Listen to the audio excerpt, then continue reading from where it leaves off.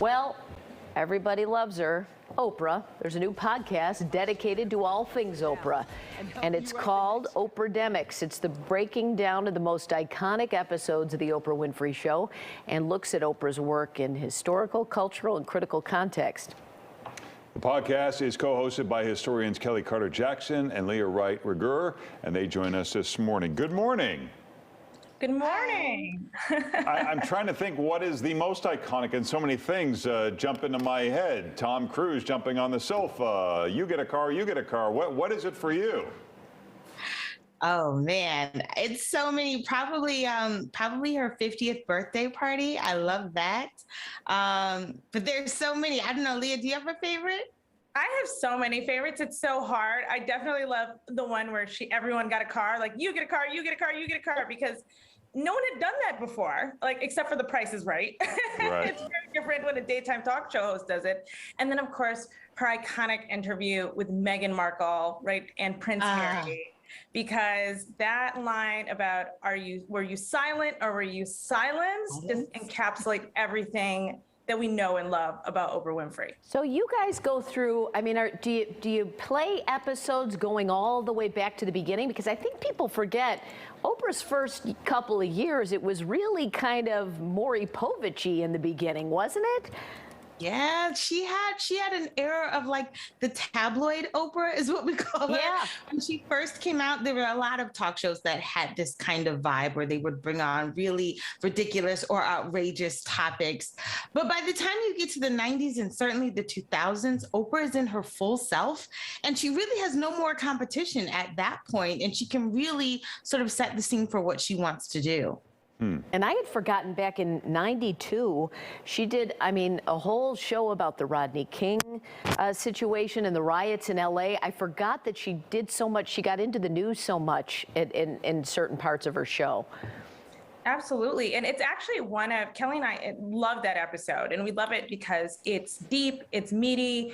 It actually is formative for so many people in their terms of how they were thinking about, like, race and policing within the United States.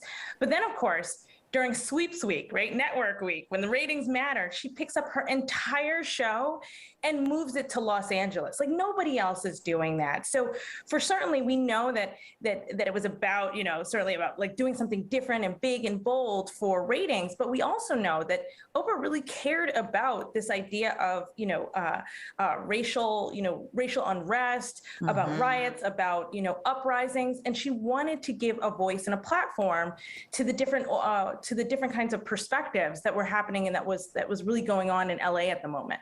Yeah, and that was so important on so many subjects and getting people to read things that they normally wouldn't read. But one criticism regarding her platform was that she kind of peddled in junk science and embracing psychics and all that. What are your thoughts about that? Oh man, I think one of our most highly listened episode is the episode on Dr. Oz. People had a lot of feelings about Dr. Oz. He is highly controversial. And, the main thing is that he's sort of like a whack doctor, or he's peddling quack science and all of this. And so we really used the episode on our show to talk about this issue and to talk about how she promoted certain people that have not aged well over time. It's just so interesting that you're both historians and that you forget she really is part of American history, and she was doing things that really is, you can see the different flows in society based on what she did in her shows, right?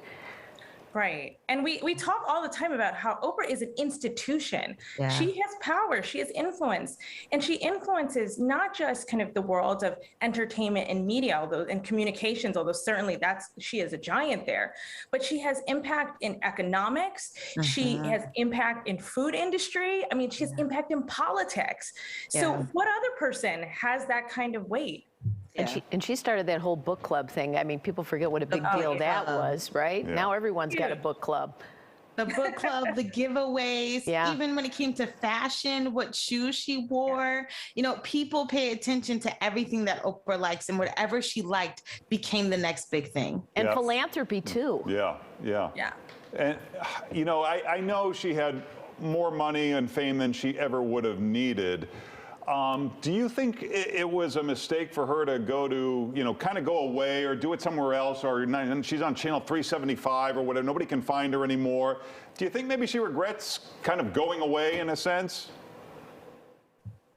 I don't think so. I think Oprah's always set the terms for how she wants to do things. And so wherever she is, that's where people will go to find her. People will seek her out. And even to this day, people can't wait to get her next big interview, whether it's with Adele or Viola Davis or Harry and Meghan. People will flock to whatever platform she's on to consume whatever it is that she's producing. Have you guys reached out to her? Does she know about your show? We hope that she is listening. Oprah Daily was very kind enough to list us as one of the podcasts, like the hot podcast to listen to.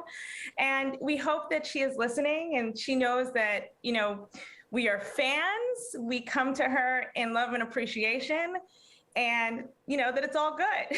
Yeah. Call us, Oprah. Call us. For good reasons. Call us for good reasons. There you go.